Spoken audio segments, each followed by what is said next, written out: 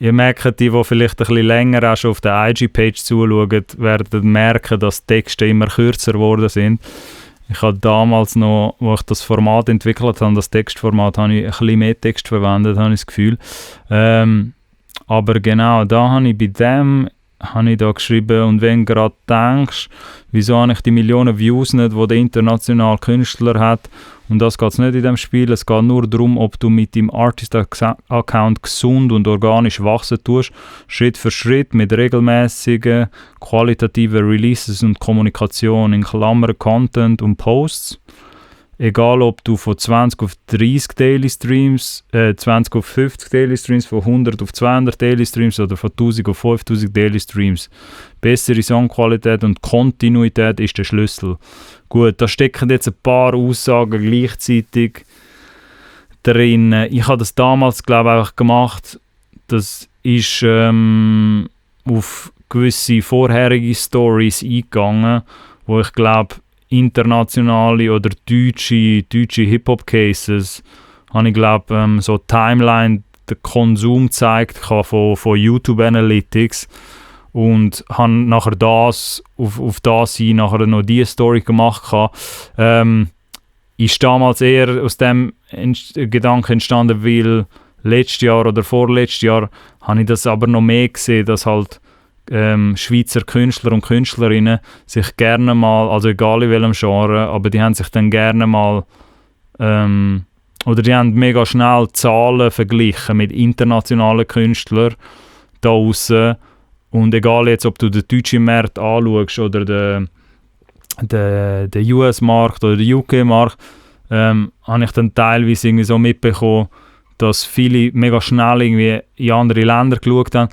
und nachher fast schon ein bisschen demotiviert worden sind, weil sie ihre effektiven Zahlen angeschaut haben und halt alles viel zu klein aussieht, in Anführungs- und Schlusszeichen, gegen das, was du halt in Deutschland siehst, in Frankreich oder so, und viele vergessen nachher in so einer Verbindung das natürlich ins Verhältnis zu setzen für die Schweiz, so, weil die Bevölkerung da von der Schweiz ist halt rein die Anzahl Leute, die da überhaupt Musik hören könnten mit ihren Accounts, sind halt dann weniger als in gewissen anderen Ländern. Aber ich würde sagen, das wird gar nicht mehr so fest gemacht. Inzwischen kann man jetzt sagen, nach 69 Wochen, wo ich jetzt da gesehen, wo das aufgeladen worden ist, kann man jetzt sagen, dass ich es mehr sehe, und das ist auch eine schöne Entwicklung, dass man jetzt mehr sieht, dass die jüngeren Künstler, also die jüngeren Generationen, jetzt vielleicht eher untereinander schauen, innerhalb von der Schweiz, vielleicht natürlich schon sich Inspiration greifen vom Ausland, was auch gut so ist, aber nicht mehr so krass Zahlen fixiert sind bei den internationalen und gehen dann wiederum in ihre Analytics schauen und gehen völlig demoralisiert, so demotiviert dort stehen und nachher sagen, ja, aber ich komme niemals auf die Zahlen. Ich glaube, das wird nicht mehr so festgemacht. Es gibt jetzt vielleicht mehr Leute, die einfach ihre eigene Entwicklung anschauen.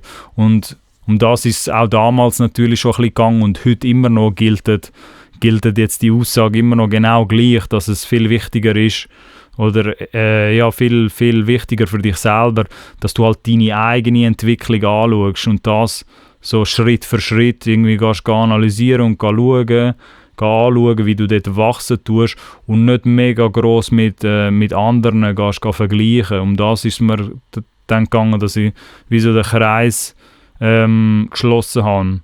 Und das war das erste Mal auch, wo ich so von diesen Daily Streams da geredet habe. Leute sehen auch oder werden sehen, dass ich oft von täglichen Streams rede. Daily Streams, tägliche Streams, wie auch immer man das nennen, tägliche Views. Und das wird dann noch viel passieren auf dem Channel, für die, wo sich da das meiste von dem Content gibt.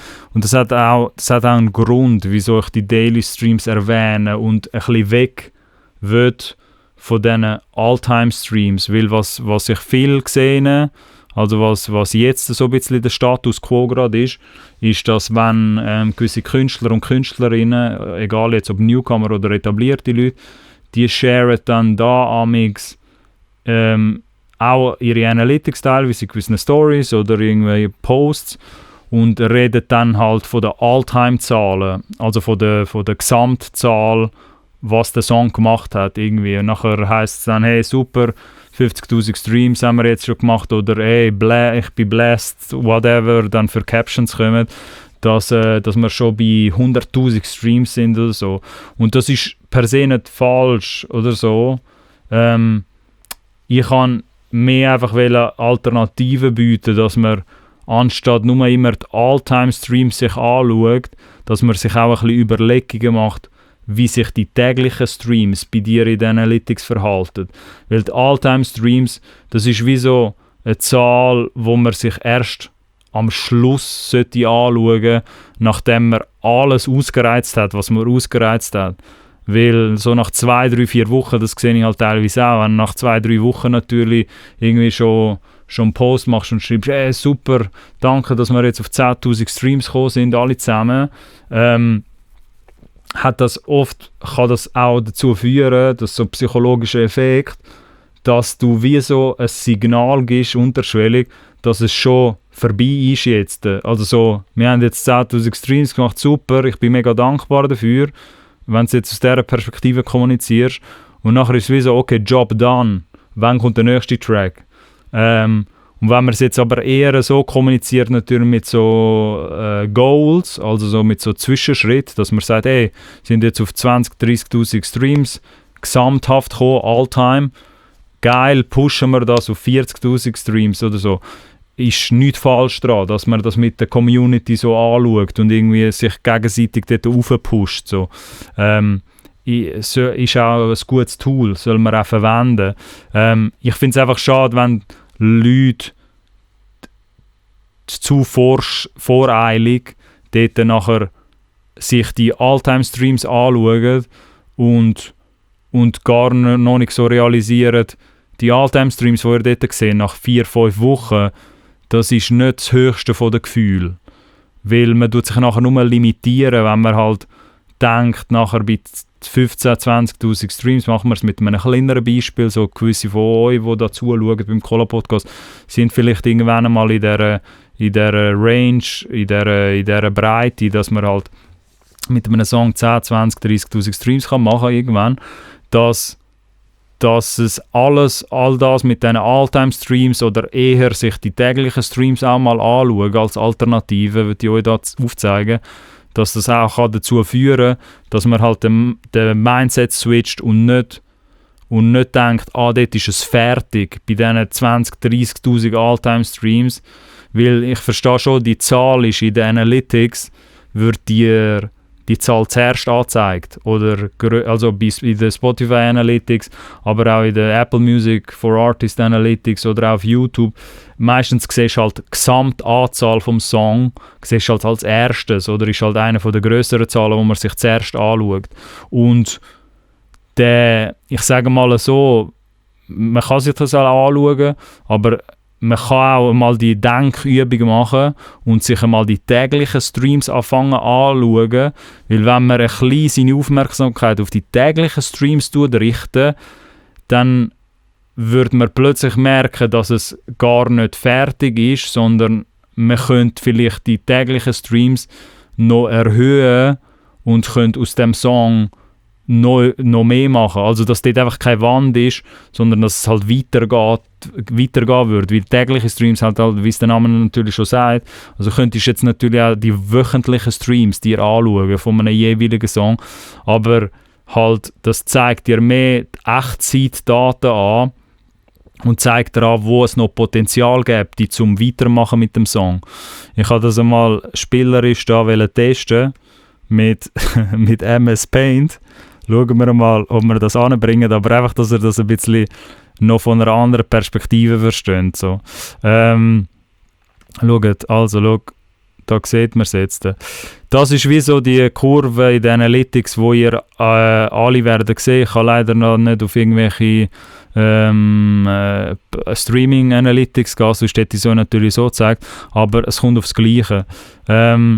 Da sehen wir jetzt zum Beispiel in Rot, muss ich noch die Stärke ein bisschen, dass man es besser sieht. Genau, wie sieht das am Anfang aus? Da ist wahrscheinlich der Release, am Anfang ist es so eine Kurve, ist jetzt mega schön gezeichnet und dann geht es so runter und dann gibt es da Wellen, so. So, das ist jetzt also rot ist der Konsum logischerweise vom Song.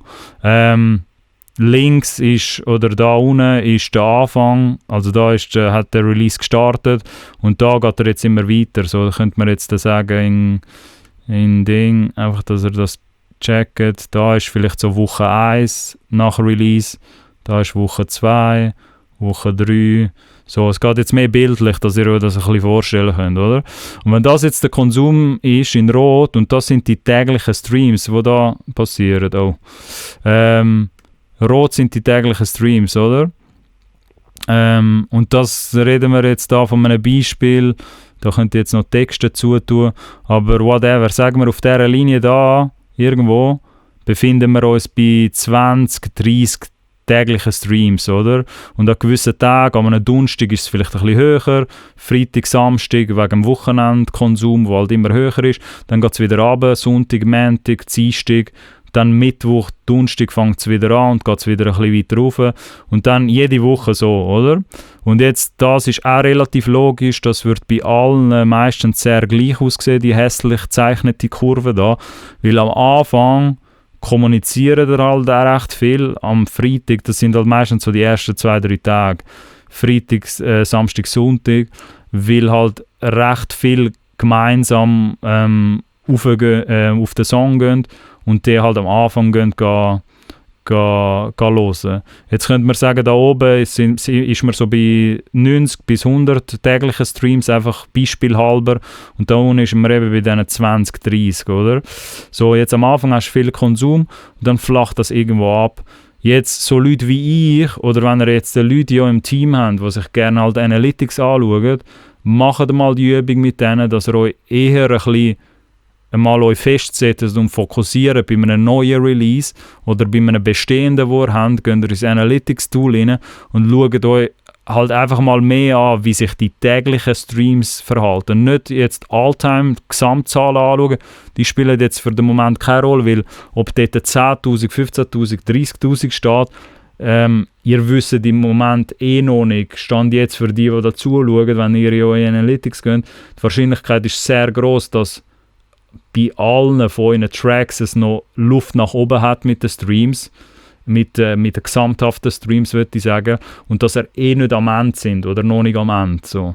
Genau, und dann kann man sich einfach mal die täglichen Streams anschauen und jetzt die Überlegung dahinter mit diesen täglichen Streams ist halt auch, dass man ein bisschen auf die Signale achtet und ein bisschen schauen, dass, machen wir es jetzt in grün, dass ihr das seht, dass ihr auf die Signal achtet, dass wenn jetzt ein Song, allein schon die Überlegung, wo viele den Denkfehler machen, oder nicht so über den Horizont noch nicht so können erweitern können, lasst euch das vielleicht gesagt sein auch, dass die 90 bis 100 täglichen Streams, die da am Anfang waren, erstens einmal bedeutet das nicht, nur weil du da am Anfang einen riesen Peak gehabt hast und nachher flacht es natürlich ab, weil die meisten Leute am Anfang sich das 2-3 Mal anhören und nachher irgendwann einmal sich so das normale Grundrauschen rein tut bei deinem Song, heisst das nicht, dass die Partie das höchste von den Gefühlen ist. Der Punkt da oben. Weil das passiert bei vielen Releases. Der Denkfehler, der jetzt passiert, ist, dass die Leute denken, das ist das höchste von den Gefühlen und der Song, der Konsum vom Song, also der tägliche Konsum vom Song, die tägliche Anzahl Streams, werden nie höher sein als das, was ihr am Anfang habt. Und das ist wie so ein Denkfehler, den halt viele am Anfang machen, oder die meisten, auch viele etablierte Künstler und Künstlerinnen, können immer noch nicht über das hinwegsehen, weil dort hilft halt wieder die Kommunikation oder werdet ihr merken, wieso ich dann auf dem Channel immer von Langfristigkeit rede oder dass das halt nicht entschieden ist in den ersten 1, 2, 3 Wochen, weil es geht nur um das zu verstehen. Das einfache Ding, das man dahinter muss verstehen, ist, dass vielleicht nach 3, 4, 5 Monaten oder nach 1, 2 Monaten, wenn man das richtig kommuniziert, kann es sein, dass da die Kurve plötzlich höher geht, und dann ist es vielleicht da auf dem Niveau. Und dann irgendwann, ist jetzt ein bisschen hässlich eingezeichnet, es sollte da noch weitergehen, so machen wir es so.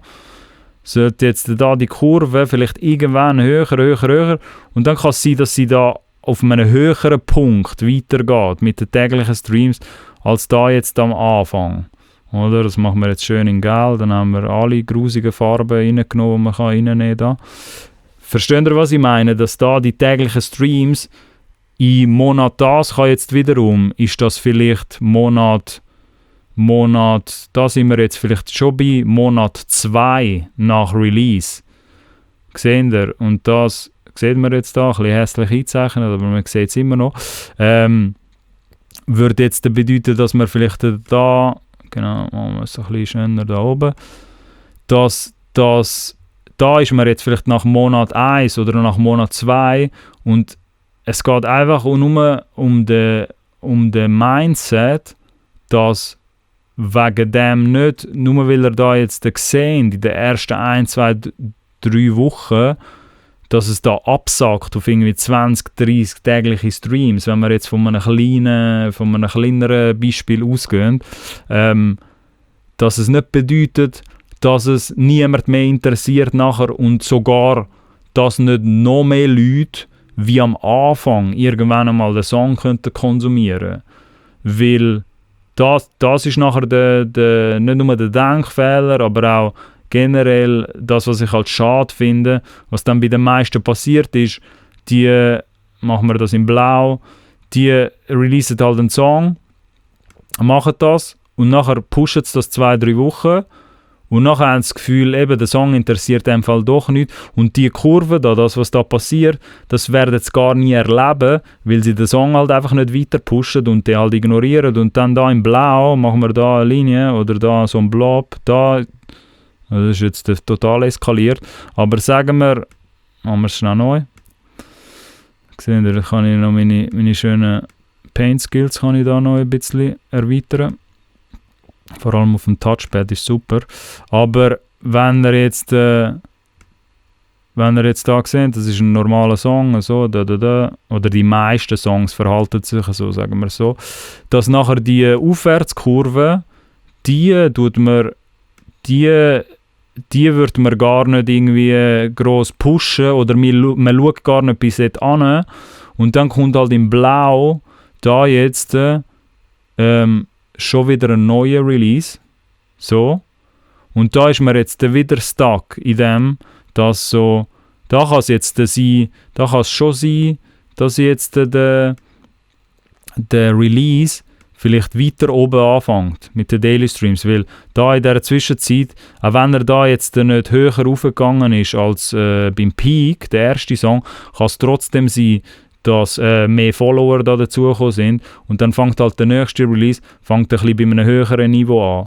Und das ist natürlich auch eine Strategie, dass dann da die Kurve vielleicht so aussieht, irgendwann einmal, und da auch die Grundrauschen, sagen wir mal, die täglichen Streams, sind da halt auch auf einem höheren Niveau als beim Release 1 jetzt, wenn das jetzt Release 1 wäre und das ist Release 2. Aber das ist jetzt, wenn ihr das jetzt als Beispiel seht, geht es darum, und das wäre per se auch nicht falsch, wenn ihr dann einfach mit dem nächsten Release weitermacht. Aber um das geht es mir, wenn ich dann sage, kommuniziert die vorherigen Releases trotzdem noch weiter, weil vielleicht erlebt ihr nachher auch die Kurve da. Die Kurve gegen oben und könnt den Release 2 da, also den da hinten, wo ihr seht, der Release 2 könnt ihr dann immer noch später auch nochmal holen. Oder während ihr den am kommunizieren sind, tun ihr auch ab und zu auch noch den streuen, weil es ist garantiert oftmals so, also nicht garantiert, aber oft ist es so, dass da halt der Lebenszyklus noch nicht fertig ist mit dem Song und die täglichen Streams halt einfach kannst noch erhöhen. Und macht mal die Übung mit diesen täglichen Views und gehen mal schauen in den Analytics, machen wir es als letztes noch. Also ihr jetzt gesehen, das wäre jetzt, wenn ihr in die Analytics würdet schauen, kann es zum Beispiel sein, dass jetzt ein Song irgendwo da ist Weil es gibt halt, ihr könntet euch alle Songs anschauen. Jetzt verschiedenfarbige Songs, müsst ihr sehen, sind wie so verschiedene, die verschiedenen Farben repräsentieren wie so einen individuellen Song. Da gibt es vielleicht einen, der ist halt recht auf Sparflamme, ist halt gar nicht gut am Laufen. Dann gibt es einen, der ist super low, ist vielleicht einer von den neueren, der noch nicht so bekannt ist, aber langsam am Wachsen. Und auf so Sachen müsst ihr jetzt achten. Das ist jetzt eben, darum schaut man sich lieber nicht die Alltime, die Gesamtstreams an, sondern die täglichen Streams, weil da jetzt, wenn ihr da jetzt würdet sehen, okay, da ist jetzt eben Woche 1, sagen wir, Woche 2 nach Release, Woche 3, Woche 4, whatever, oder? Und gewisse von diesen Songs sind halt schon länger aus als andere. Wenn man sich jetzt die täglichen Streams anschaut, wird man vielleicht halt merken, dass der unten in lila, haben wir jetzt noch gesehen, oder der unterste Song, wo halt vielleicht einer von der neueren ist, oder so der zweitälteste, oder vielleicht auch der dritte, den man schon länger released hat, dass der jetzt langsam am Wachsen ist, mit täglichen Streams und aufgeht. Und nicht alle verhalten sich natürlich so, weil wenn der Rot auf dem absteigenden Ast ist und auch der Grün, dann wäre es jetzt einfacher oder wäre es jetzt gescheiter anhand von der Signal, von den täglichen Streams, dass man halt den lila Song, jetzt wenn man nach dieser Farbe geht, dass man halt den lila Song wieder in die Kommunikation mehr aufnimmt. Und das ist nichts anderes als das, dass man sich einfach die täglichen Streams anschaut und wie so ein bisschen versteht, welcher von diesen Tracks wird mehr konsumiert als der andere Song, den man irgendwie gerade hat. Und vielleicht hast du halt eben die das jetzt ausprobieren wollen oder die dort ein bisschen rein wollen, schauen in eine eigene Analytics-Tool. Vielleicht hast du halt 2-3 Songs, die im Umlauf sind jetzt. Und man kann sich schon anschauen, okay, welcher von diesen Songs hat halt am meisten konsumiert. Also gesamthaft, eben die All-Time-Streamzahl. Aber es muss nicht heißen, dass das vielleicht auch der Song ist, wo man am ehesten pushen muss. Also mit pushen meine ich dann kommunizieren muss.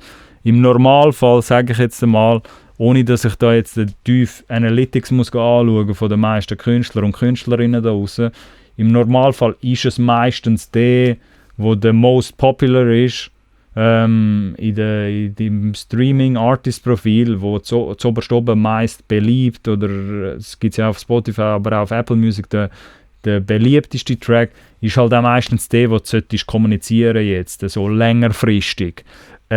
Aber die Übung mit diesen täglichen Streams ist jetzt auch sicher gut bei einem Track, wenn du halt nur einen Song released hast bis jetzt oder 2, macht das jetzt nicht so viel Sinn, weil du pushst halt gerade den, wo du vor dir hast, sozusagen. Aber wenn du dann irgendwann mal in so einem Stadium bist, dass du einen Katalog hast und du hast irgendwie, lass es 8 bis 10 Tracks sein, dort werden wir dann merken, dass wegen dem sage ich dann eben, nicht die vorherigen Releases ignorieren, ab dem Zeitpunkt, wo ein neuer Release rauskommt.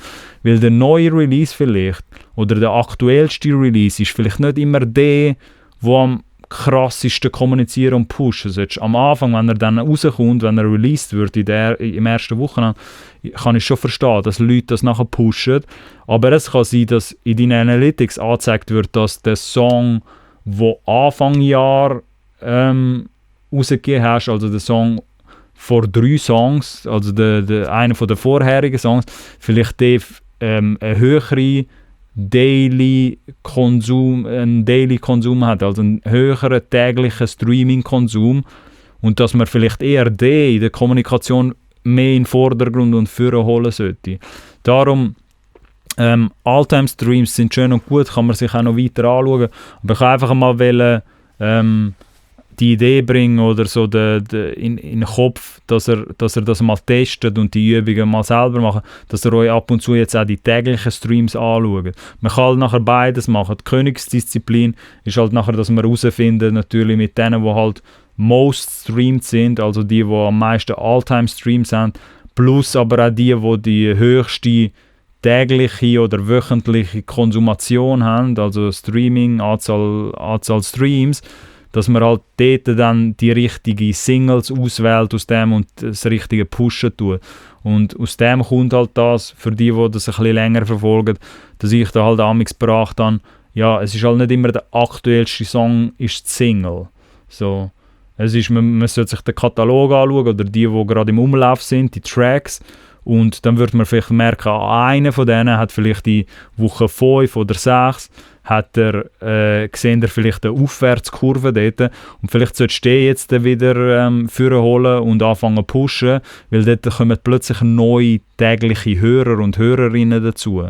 Und tägliche Streams bedeutet nichts anderes als, dort sind halt tägliche Hörer dahinter oder Hörerinnen, auch Leute, die natürlich das auch mehrmals hören können. Also es kann auch eine Person sein, die das natürlich mehrmals pro Tag hört, aber wenn sich natürlich die täglichen Streams erhöhen, kann man dort auf die Idee kommen, okay, es kommen bei diesem Song aus irgendwelchen Gründen kommen mehr tägliche Hörer und Hörerinnen zurück, die hören und kommen jetzt zum Beispiel auch mehr dazu, wenn er würde sehen, dass es dort eine Aufwärtskurve gibt in den täglichen Streams, und dann kann man halt so einen Track wieder vorholen. Das ist so ein bisschen gewesen. Bei dieser Aussage ist es ein bisschen um das gegangen damals. Aber es wird jetzt auch nicht das letzte Mal sein, dass ich da über tägliche Streams rede, sage ich jetzt einmal. Das ist jetzt einfach mal eine Idee gewesen, die ihr könnt ein bisschen selber testen in den Analytics. Wir werden sicher irgendwann einmal auch können in richtige Analytics hineinschauen von gewissen Künstlern, so dass würde ich dann auch irgendwann einmal in Angriff nehmen. Jetzt ist es mit dem schönen Paint-Beispiel mal gewesen, aber ich glaube, ihr versteht, was ich aussagen wollte. Von dem her, ja, ich würde sagen, das war es. Bis zum nächsten Mal und vielleicht dann im anderen Büro oder mit dem Backdrop. Macht's gut. Tschüss zusammen.